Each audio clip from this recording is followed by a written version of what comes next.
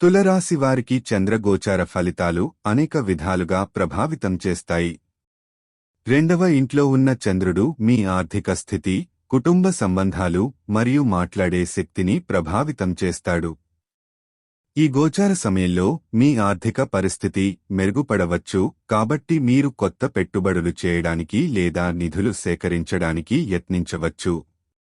కుటుంబ సభ్యులతో అనుబంధం బలపడుతుంది, మీ వ్యక్తిగత సంబంధాలు మరింత బలంగా మారవచ్చు. ఇది మీ మాటలపై ప్రత్యేక శ్రద్ధ పెట్టే సమయం, కావున మీరు మీ అభిప్రాయాలను స్పష్టంగా వ్యక్తం చేయడం ద్వారా ప్రగతి సాధించవచ్చు. అయితే మీ ఆర్థిక నిర్ణయాలు తీసుకునేటప్పుడు జాగ్రత్తగా ఉండండి. కొన్నిసార్లు మీ భావోద్వేగాలు ఆర్థిక నిర్ణయాలను ప్రభావితం చేయవచ్చు, అందువల్ల మీరు సమగ్రంగా ఆలోచించడం మంచిది.